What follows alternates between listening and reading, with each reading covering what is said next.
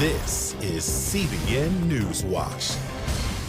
It is Friday, July 31st. Thank you so much for joining us. I'm Ephraim Graham. We begin this half hour with the November elections and President Donald Trump backing away from the idea of delaying the November election over concerns about mail-in ballots after he tweeted it would lead to the most inaccurate and fraudulent election in history. The idea was quickly shot down by Democrat and Republican lawmakers, but the president raised an issue many are already concerned about. CBN's White House correspondent Ben Kennedy has the story. The president's tweet that began the political uproar asked delay the election until people can properly, securely, and safely vote. But speaking to the media later, the president made his views clear. Do I want to see a date change? No, but I don't want to see a crooked election. This election will be the most rigged election in history if that happens. Trump points to concerns over voter fraud and the massive problems with a presidential election depending so heavily on mail-in voting. Well, what I want to explain to people, but it doesn't need much explanation. I mean, you look at article after article, New York's mail vote disaster. Tens of thousands of mail ballots have been tossed out in this year's primaries.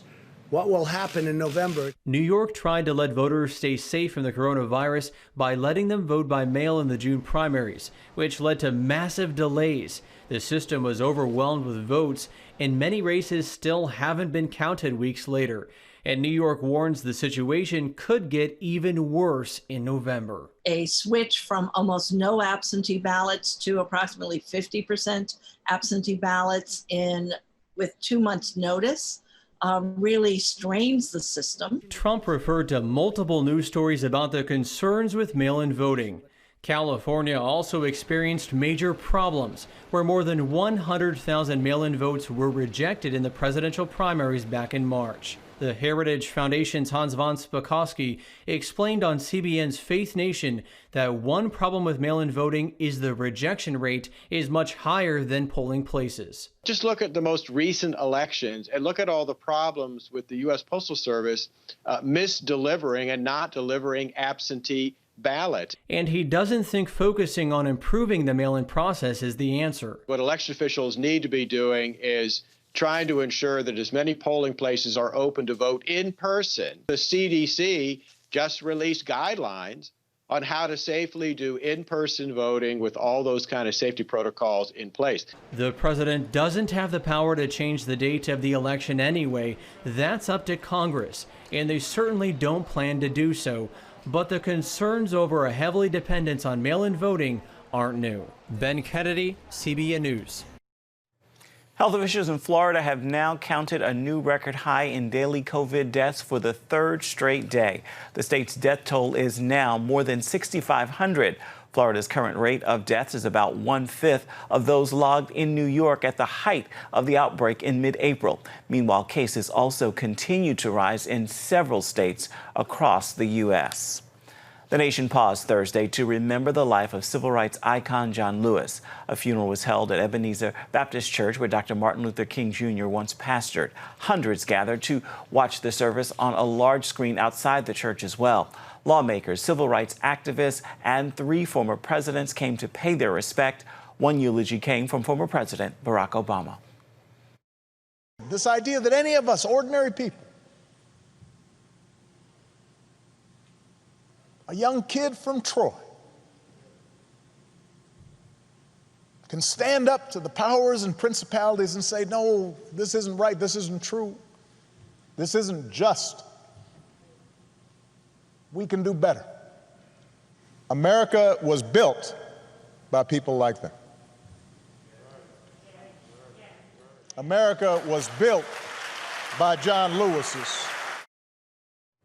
Former President George W. Bush said Lewis preached the gospel and lived its ideals, insisting hate and fear be answered with love and hope. Shortly before he died, Lewis wrote an essay for the New York Times and asked that it be published on the day of his funeral. The piece recalled the teaching of Dr. Martin Luther King.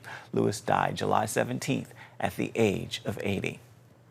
Businessman and former presidential candidate Herman Cain has died after battling the coronavirus. According to a post on his website, his family and doctors said they were hopeful just 5 days ago that he would recover from the disease, but his website now says Cain is, quote, entering the presence of the Savior he served, preparing for his reward. Cain, the former CEO of Godfather's Pizza, was 74 years old.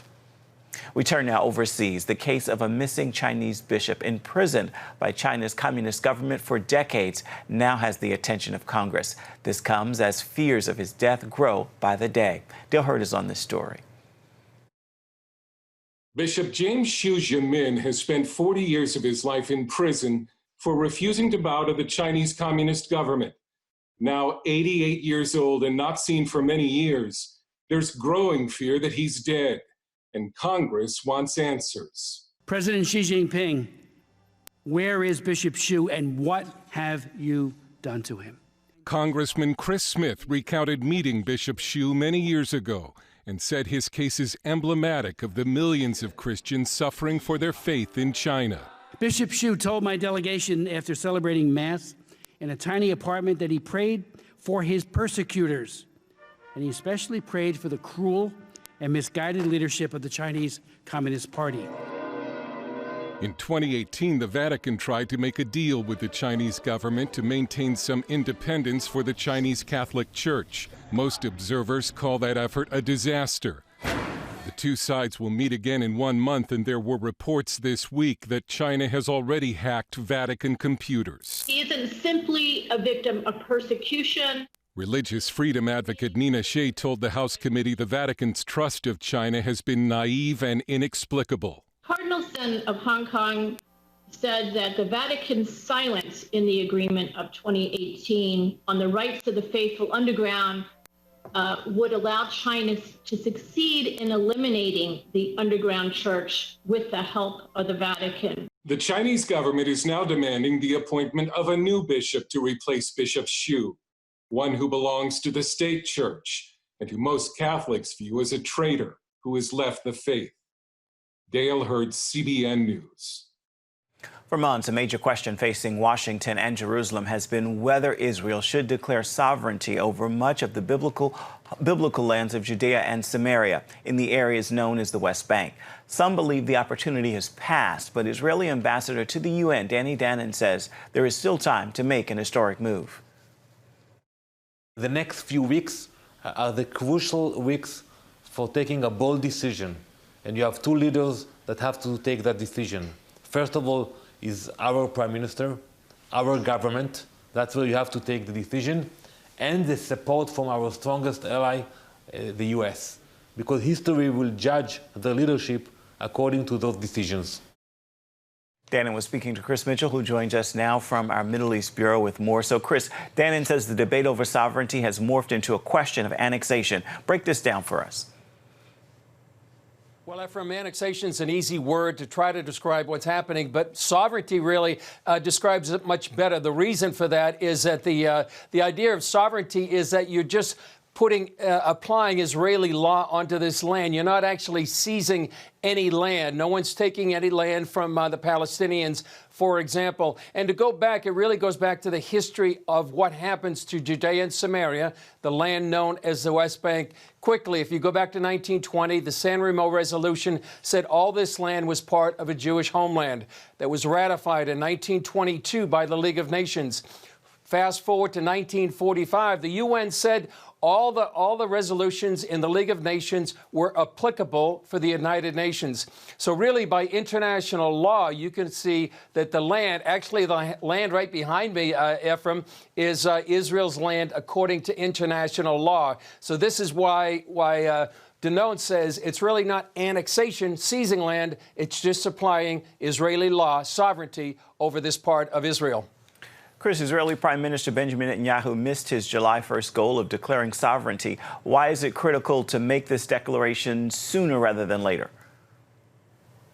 Well, the timing, and a lot of things are happening right now, Ephraim. For example, August, as Ambassador Danone said, would really the remaining time window available. And then the reason for that is in September, you have the Jewish holidays. That's Rosh Hashanah, Yom Kippur, the Feast of Tabernacles. And really, Israel shuts down during that time, and they want to get it in before the November election. So if you look at October for the U.S., really, that's not a very good time for the U.S. to make a major decision like that. Ron Dermer, who actually is Israel's U.S. ambassador to the United States, or Israeli ambassador to the United States, really feels like this is the window as well, because from Israeli point of view, it's an uncertain outcome of the presidential election.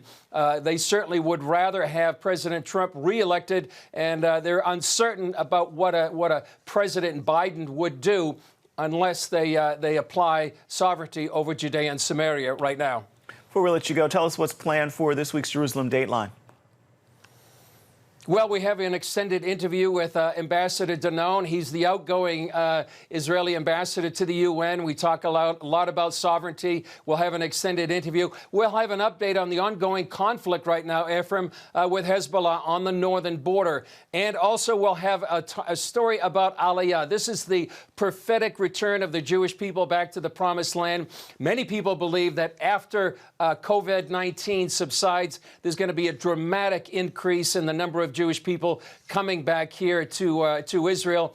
And also, we're going to have a story on Tisha B'Av. Many people may not know that, but it's a very special time to the Jewish people. They look at that as the time when the first and the second Jewish temples were destroyed. And so it's a day of mourning, but they also hope that in the future it's going to be a day of celebration. All right, Chris Mitchell, thank you so much. Lots to get to. I want to remind you at home that you can catch Jerusalem Dateline this evening at 9:30 on the CBN News Channel. Still ahead, after 26 years of ministry in America, this pastor felt a tug on his heart. We're going to tell you about his amazing leap of faith right after this. Stay with us. Come home to the sounds of Southern Gospel from CBN Radio. You'll enjoy a rich Southern blend of bluegrass, classic gospel, and Southern gospel favorites like the Gaithers, the Crab Family, and bluegrass sounds like Mountain Faith. So make yourself at home with the all-new CBN Southern Gospel, now available at cbnradio.com.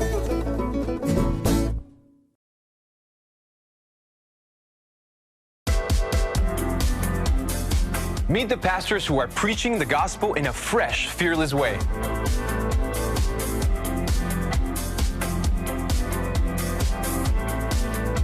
I'm Roberto Torres-Cedillo. Join me each week for Next Gen Voices.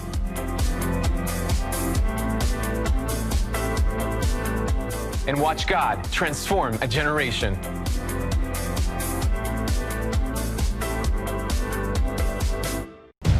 Prophecy thousands of years old. We were called to be a light to the world. Being fulfilled today. Discover how. Get to life. Call 1-800-700-7000. We consider it our duty to reach out and help others around the world. For a gift of $10 or more, you can own the acclaimed CBN documentary To Life. Just call 1-800-700-7000 or log on to cbn.com.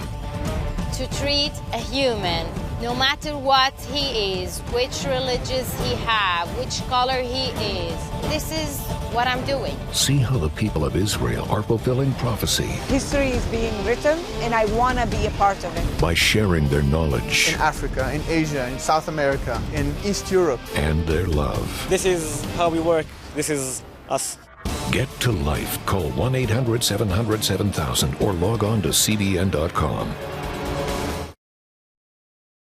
And welcome back to CBN NewsWatch. He was a popular pastor of a thriving church. So why did he give it all up to go to Africa? Wendy Griffith recently sat down with Michael Simone to learn more about his leap of faith and why he'd do it all over again. God supplied our need. Michael Simone felt born to preach, and he did just that for 26 years, mostly at Spring Branch Community Church in Virginia Beach. A church he helped grow from a few people meeting in a house to more than 3,000 members. Then one day, he says he felt a tug on his heart, and the Lord whispered, I'm going to take you somewhere else now. There's a new adventure.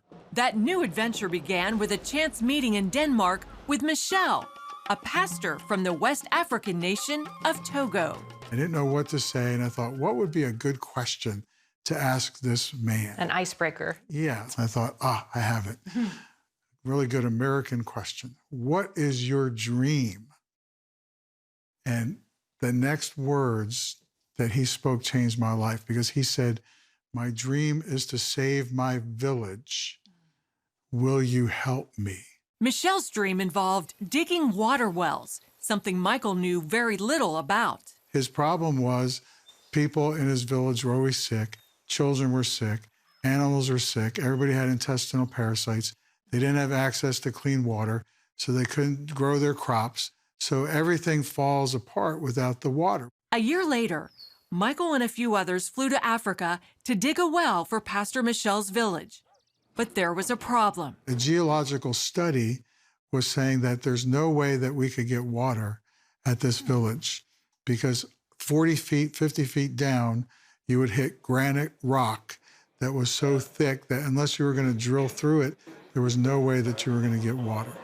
So I said to my team, I'm still going, but you don't have to go if you don't want to. Everybody on the team said, we're going. On Sunday, about 500 villagers showed up for an outdoor church service. I said to them, let me tell you what it says in Nehemiah chapter 2, verse 20. It says, the God of heaven will give us success. He is faithful to us. I was hanging by a thin thread of faith. We must be faithful to him. All week long, they drilled, but no water. We got down to the last day, to the last half hour of the day when we had to leave. In the last few moments, they installed this pump, this special pump, and then they capped it with a pumping device, a handle, and we all sat there and held our breath, and they started pumping. And as they started pumping, all of a sudden, water came flying out. It like flew over everybody. The villagers were all excited and clapping and laughing and smiling. It was like somebody just won the Super Bowl. But it wasn't over. A year later, Michael went back to check on the village and visit his friend Michel when his friend said, we need big water. And I said, what is big water? He said, we have to go deep. So what he was saying is you have to drill down through the granite. You have to go down about 100 yards, so 300 feet straight down to hit a major aquifer. And if you can hit a major aquifer, you can have water forever. Because that well that you had just done was just for one village. One village, and it was only rainwater because of the rainy season. Big water equals big money, though, right? Big money. To do that project is a $60,000 project, whereas to drill one well is a $2,000 project. So we raised $60,000. So Michael and his team went back. We drilled through the granite straight down. We hit the big aquifer. It just exploded. Water exploded everywhere. We capped it. We built a tower. We bought the pipes. So all of a sudden, 22 villages had water. Did you think you were done then? I did. I thought, okay, we did big water. But then it turns out now we're doing big water too. Michael now realized this was where God was calling him, and he started the Togo Network. My goal is to build a network, which is why we call it Togo Network, of people and churches and businesses who will wrap their arms around this tiny West African country and say, we're going to bring the water, we're going to bring the medicine, we're going to bring the education, we're going to help take care of the orphans with you. We're here to serve you. Michael says their mission to dig deep wells that can supply hundreds of villages has no end. Although temporarily on hold because of the COVID-19 pandemic, they're already looking toward Big Water 3 and beyond. God said, your last run is this. You're going to get water and health to people in West Africa because that's on my heart. Wendy Griffith, CBN News, Virginia Beach. Still ahead, the Miami Marlins are being investigated after a COVID-19 outbreak. But does this spell trouble for the rest of the league? We are going to answer that question when we come back. Stay with us. Too often, we carry baggage from our past. You know what it's like. It affects everything and everyone in our lives. It's always there, weighing us down and keeping us from achieving true happiness. But do you know God never meant for us to be trapped in the past? You can be free of your baggage. Learn how God's forgiveness leads to changed lives and new beginnings. Call the 700 Club. I'm Ephraim Graham, and this is Studio 5. Cruise with me as I discover the good things happening in the world of music, sports, television, and movies. The fact that Ryan Coogler was going to be directing the film, I knew that something special was going to happen. We'll chat with artists at the forefront of entertainment and explore the connection between popular culture and faith. I asked my pastor, I said, well, does that mean I'm supposed to be a preacher? He says, well, no, you already have a pulpit. Watch Studio 5, Wednesday night at 9:30. Tikkun Olam. This is our nature as a country. To make the world a better place. Literally, we felt the earth shaking. The Christian Broadcasting Network presents To Life, how Israeli volunteers are changing the world. This film needs to be seen by everyone. I was in tears. Now you can own the inspiring documentary To Life on DVD. There is blood on our hands if we know and we walk away. I'm so grateful that this film was made. To Life can be yours for a gift of $10 or more. Call 1-800-700-7000 or log on to CBN.com. We know that every minute counts to save life. It'll bless Israel, but it'll also bless all the friends of Israel. Discover the untold story of how Israeli volunteers are making the world a better place. Call 1-800-700-7000 or log on to CBN.com to get your copy today. Time now to turn to the world of sports with CBN Sport Director Sean Brown, who joins us now. So, Sean, Major League Baseball kicked off its 60-game season with a bit of a crisis. 19 members of the Marlins test positive for COVID-19 as of Thursday. 2 members of the Philadelphia Phillies tested positive. Could this potentially mean a shutdown for MLB? Hi, good morning, Ephraim. Well, possibly. If it continues to spread from team to team, they will have to consider that. Right now, it looks like it's isolated to just 2 teams. 19 members is a lot, but we are talking about Florida.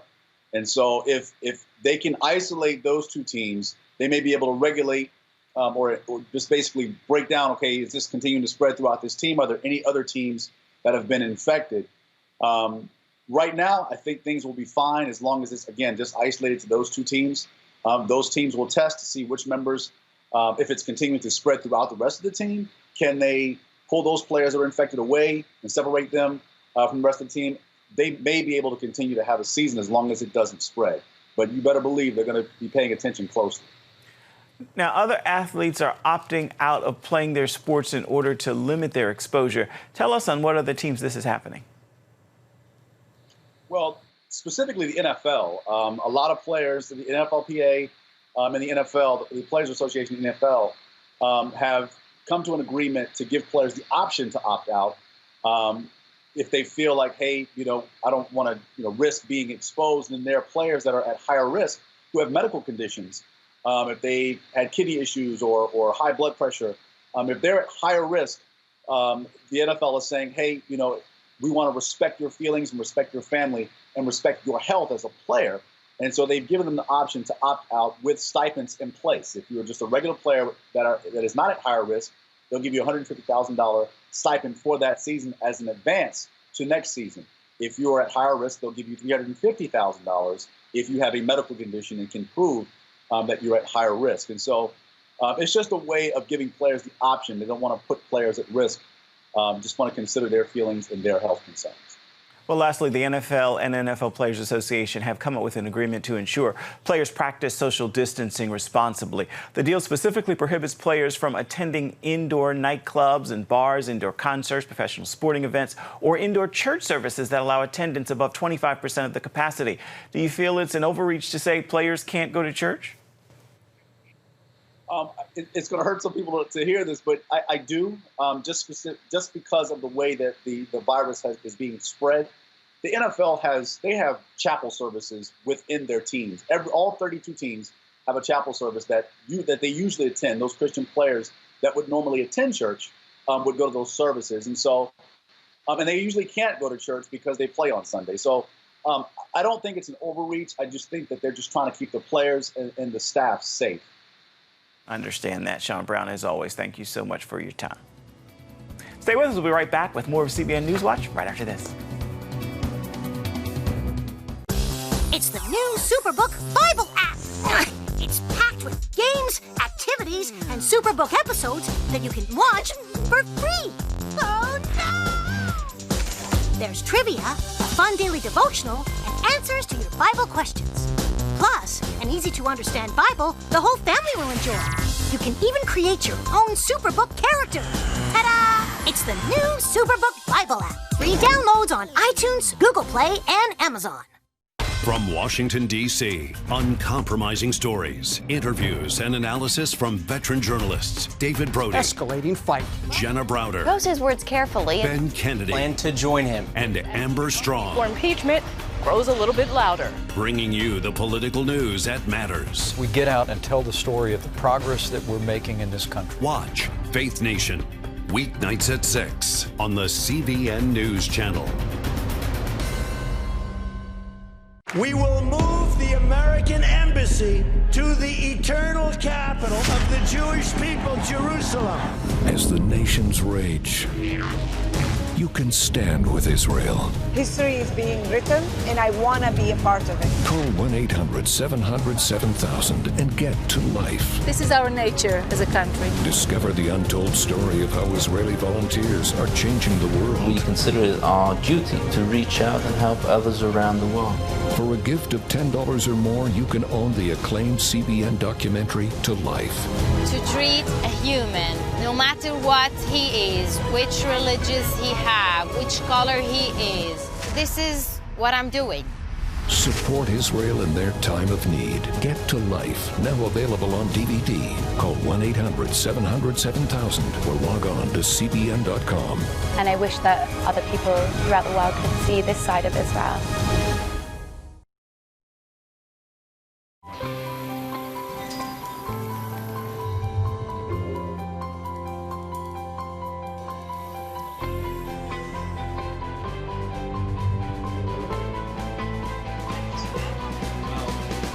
I am Region's first ROTC graduate student.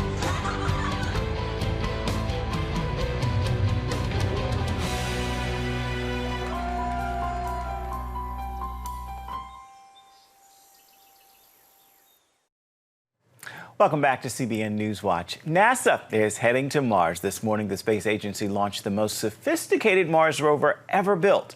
It is called the Perseverance, and it is appropriately named since we'll have to wait 7 months for the rover to actually make it to the red planet. Once there, it will use onboard cameras, microphones, drills, and lasers to gather samples, looking for signs of life on Mars and to gain knowledge that could help pave the way for the arrival of astronauts as early as 2030. Well, it is time right now for your Friday Faithful, and I want to leave you with this thought as we wrap another work week. God stands ready to guide you, push past your past, and allow His plan to pull you forward.